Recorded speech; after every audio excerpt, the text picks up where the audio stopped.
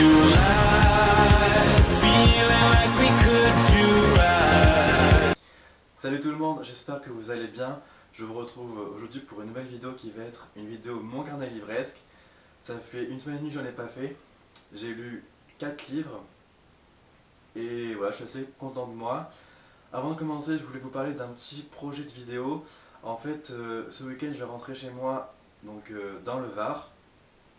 J'avais déjà posé la question sur la page Facebook et vous avez été assez content et assez fervent de l'idée.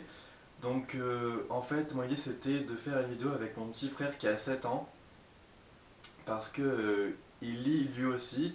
Il lit pas des romans, mais il lit plus voilà, des petits mangas, des petites BD et des livres, des petits, tout petits livres genre Pokémon, des trucs comme ça.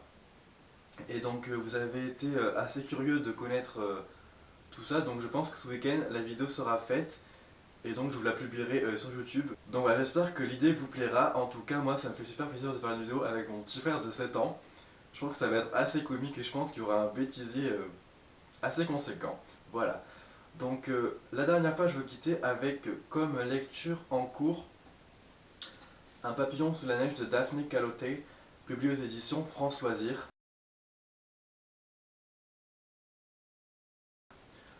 Donc ça y est, je l'ai enfin fini et j'ai été assez déçu par ce livre parce que les 300 premières pages m'ont assez déplu. J'ai trouvé qu'il ne se passait rien du tout dans le livre et attendre 300 pages pour qu'il y ait le déblocage, pour qu'il y ait ce petit effet où tout s'enchaînait après, franchement c'est trop long. En fait, 300 pages ça correspond à toute la première partie. Dans toute la première partie, j'ai été assez perdu. Je n'arrivais pas vraiment à savoir la relation entre les personnages, je n'arrivais pas à voir où voulait nous emmener l'auteur. Donc du coup, ça m'a assez gêné. C'est vraiment le gros point noir du roman, la première partie. Parce que sinon, après, la plume de l'auteur est assez jolie, est assez soutenue. On sent qu'il y a une réelle richesse derrière sa plume. Et puis, la deuxième partie, la troisième partie s'enchaînent très très bien. On sent après où veut en venir l'auteur, et ça c'est vraiment positif. Donc voilà, je me suis un peu attaché au personnage principal qui s'appelle, je ne me rappelle plus du tout, mais bon c'est pas grave, Nina Revskaya, je crois que ça s'appelle, ouais c'est ça, Nina. Voilà, un peu attaché à elle, mais sans plus parce que c'est écrit à la troisième personne, et là franchement ça apporte pas des masses un petit plus. Donc voilà. Sinon, je trouvais que le côté danse n'était pas assez exploité pour moi. Voilà, je m'attendais à ce qu'il y ait plus de danse, plus de description dans les ballets, ouais, plus de danse. Et j'ai pas retrouvé ça. Par contre, le côté historique est très bien amené. On sent vraiment la tension en Russie, sous Staline. Et ça, c'est très très bien exploité. Donc, franchement, chapeau. Voilà, donc après, passer 300 pages, ça se lit très vite, très bien. On a qu'une seule envie, c'est de connaître la suite et la fin du roman. Mais par contre, la fin m'a un peu dérangé parce que je m'attendais à autre chose. Mais ça reste quand même une très bonne deuxième partie de bouquin. Donc je vous le conseille pas forcément, mais pour ceux qui veulent tenter, allez-y. Ensuite, j'ai lu mon partenariat avec Hachette Black Moon. Donc il s'agit de La légende de la colombe noire, tome 1 de Camille Garcia, publié aux éditions Hachette Collection Black Moon, qui paraîtra donc demain, le 5 février 2014. Et je vous avais dit que j'avais des petites appréhensions concernant la lecture de ce roman,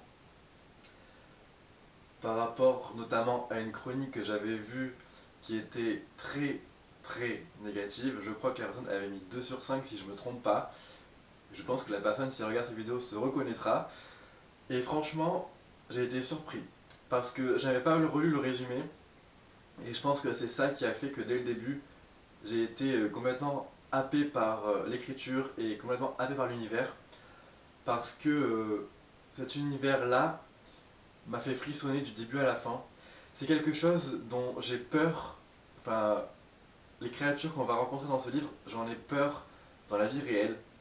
Et ça me terrorise.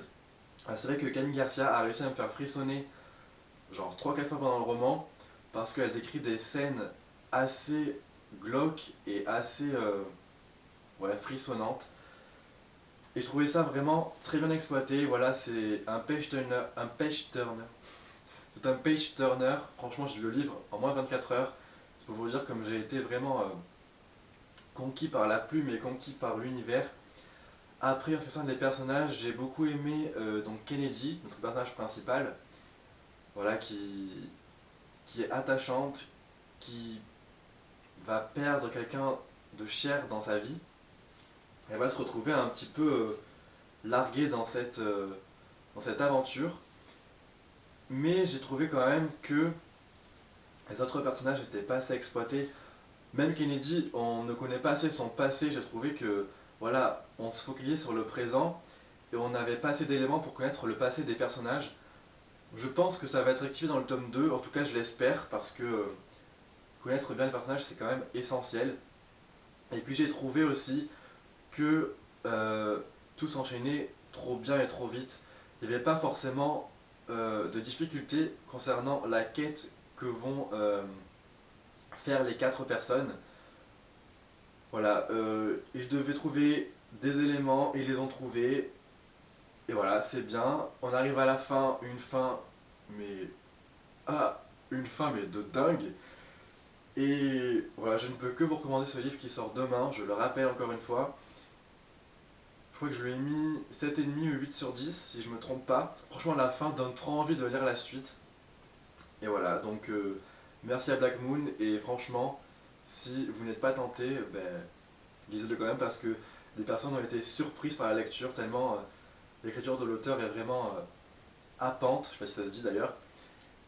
Voilà, donc La Légende du Colombe Noir, franchement très bonne découverte. Ensuite j'ai lu un livre que je n'ai pas l'habitude de lire en fait, parce qu'on me l'avait offert et voilà, c'est une lecture découverte on va dire.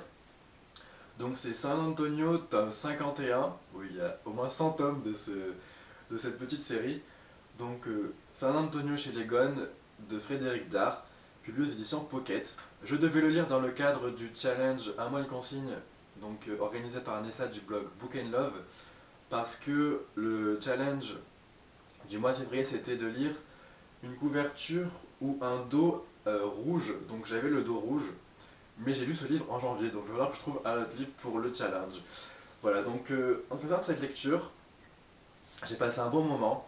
C'est quelque chose de inédit chez moi, parce que voilà, c'est un policier, mais remanié à une sauce assez, comment dire, régionale, parce que l'auteur utilise des mots vraiment typiques de la région lyonnaise, et des fois on peut être un peu perdu, et c'est assez déroutant, et c'est même parfois marrant, parce que franchement, ouais, on t'embarque dans le récit comme ça, et c'est assez marrant. Voilà, en plus il s'adresse à nous lecteurs, même s'il nous prend pour des ignares complets, ça me fait beaucoup rire parce qu'il s'adresse directement à son lectorat, et c'est ce qui fait que on est assez interpellé par le récit.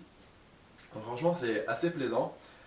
Par contre, je me suis laissé totalement guider par l'enquête policière, parce que je n'arrivais pas à identifier les personnages.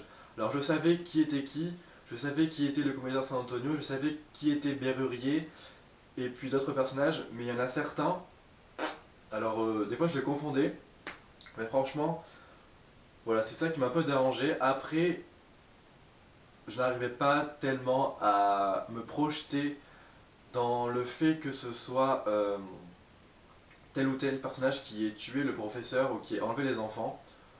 Donc voilà, j'ai été un peu surpris, mais pas tant que ça, parce que finalement les personnages, on les connaît après, tout au long de l'enquête. Mais j'ai passé un bon moment, même si la fin était un petit peu précipitée, donc ça, dommage. Mais je pense que je retenterai un exemplaire. Donc voilà, si vous voulez découvrir, je pense que ceux qui aiment les policiers un petit peu inédits et innovants, voilà, ça pourrait le faire pour vous. Ensuite, le quatrième livre que j'ai lu, c'est Balfire, le tome 3 de Kate Chernan, donc qui s'appelle Plume de pierre, publié aux éditions JC Lattès, édition du Masque, collection MSK. Voilà, c'est assez long. Alors, que dire de ce tome 3, à part qu'il rehausse le niveau du tome 2. J'ai trouvé qu'il y avait plus de magie, les personnages ont évolué, autant psychologiquement que magiquement. Et même si Clio est plus présente que sa sœur Thaïs, j'ai pas trouvé ça dérangeant parce que, comme je vous l'avais dit dans les autres tomes, c'est plus Thaïs qui me plaît davantage. Alors connaître un petit peu plus Clio, ça m'a permis de m'attacher plus à elle et de connaître un petit peu ses changements, etc. Parce que c'est un personnage qui évolue beaucoup dans ce tome 3. Donc franchement les personnages sont toujours aussi attachants, notamment les jumelles. Voilà, après on découvre aussi d'autres personnages qui sont plus mis en avant dans ce tome 3. Et voilà, ça amène un certain rythme parce que on a un chapitre avec une jumelle, un chapitre avec une autre jumelle, un chapitre avec des fois par exemple un personnage qui s'appelle Degdalus, un personnage qui s'appelle Manon, Sophie, enfin il y en a plein d'autres personnages, il y a Luc, il y a Marcel, etc. Donc en tout il y a 13 personnages, ce qui fait que il y a 3 personnages qui sont bien exploités, mais les autres ça reste assez en surface, même si on connaît un petit peu plus sur eux. Voilà. Donc un tome qui m'a beaucoup plu, je lui ai mis 7,5 sur 10, si je me souviens bien. Donc plus de magie, univers que l'auteur connaît très bien. Elle décrit parfaitement les cercles de magie, elle connaît son univers sur le bout des doigts.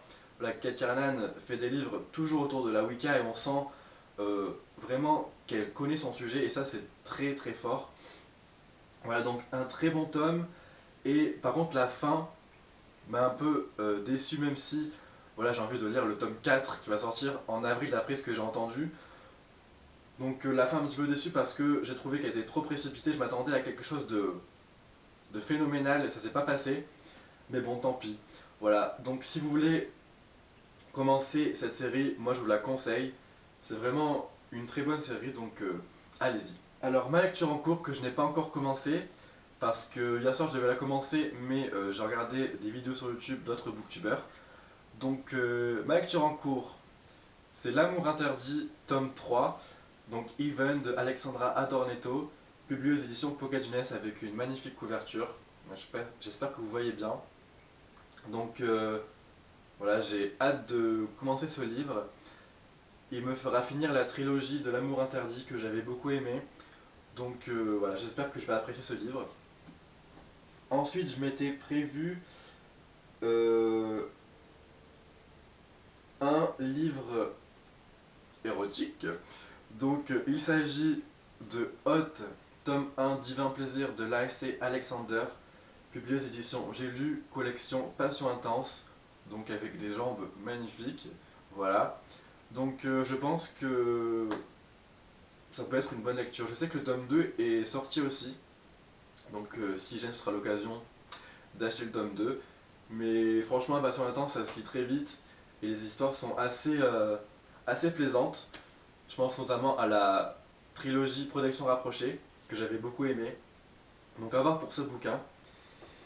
Et je vais sortir aussi un livre qui me fait envie depuis que je l'ai acheté.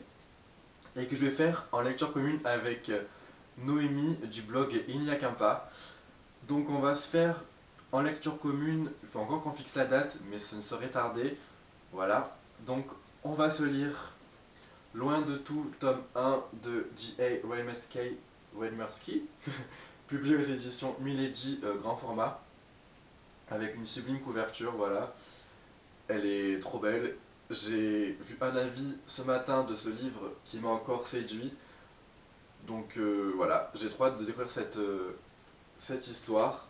Surtout qu'il est assez long, donc il doit être assez développé, donc je pense que ça promet.